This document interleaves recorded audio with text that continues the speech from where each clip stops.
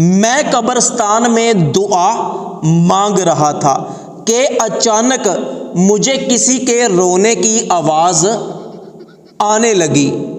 میں نے ادھر ادھر دیکھا تو میری نظر ایک بوڑھے شخص پر پڑ گئی جو قبر کے اوپر بیٹھ کر رو رہا تھا۔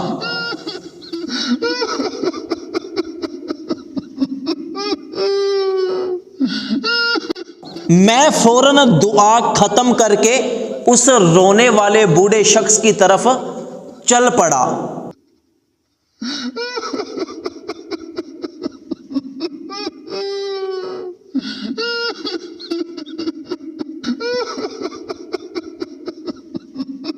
جا کر میں اس بوڑھے شخص کے قریب بیٹھ گیا اور اسے سلام کیا اور کہا کہ بابا جی آپ کیوں رو رہے ہو؟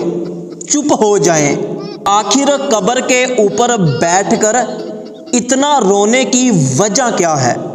تو اس بزرگ نے مجھے بتایا کہ 2 سال ہو گئے ہیں میری اولاد مجھے قبرستان میں چھوڑ گئی ہے اور دوبارہ کبھی مجھ سے ملنے کے لیے نہیں آئی، اسی لیے رو رہا ہوں۔ میں نے کہا کہ بابا جی آپ رہتے کہاں ہو؟ بابا جی نے کہا کہ میں 24 گھنٹے اسی قبرستان میں رہتا ہوں۔ میں نے کہا کہ توبہ توبہ، کتنی نافرمان اولاد ہے۔ بابا جی آپ میرے ساتھ اپنے گھر چلو، میں آپ کی اولاد کو سمجھاتا ہوں۔ تو بابا جی نے کہا کہ ٹھیک ہے، آپ میرے ساتھ چلو، میں آپ کو اپنا گھر دکھاتا ہوں، آپ میری اولاد کو سمجھاؤ۔ تو میں اس بابا جی کے ساتھ اس کے گھر کی طرف قبرستان سے چل پڑا۔ گاؤں میں ایک جگہ بابا جی نے رک کر مجھ سے کہا کہ بیٹا یہ میرا گھر ہے۔ تو میں گھر کے دروازے پر گیا، جا کر دروازے کو کھٹکھٹایا۔ 2-3 مرتبہ کھٹکھٹانے کے بعد اس بوڑھے شخص کا جوان بیٹا باہر آیا۔ میں نے اس سے سلام کیا اور میں غصے سے بولا کہ یار آپ کیسی اولاد ہو، اتنی نافرمانی! آپ اپنے بوڑھے باپ کو 2 سال سے قبرستان میں چھوڑ آئے ہو، اس کو گھر بھی نہیں لے کر آتے اور اس سے ملنے کے لیے بھی نہیں جاتے۔ تو اس بوڑھے بابا جی کے جوان بیٹے نے مجھ سے کہا او بھائی آپ کون ہو، کہاں سے آئے ہو؟ اور میرے باپ کو مرے ہوئے 2 سال ہو گئے ہیں، کون سا باپ، کون سا قبرستان؟ تو میں نے کہا کہ اگر مرے ہوئے 2 سال ہو گئے ہیں تو یہ کون ہے؟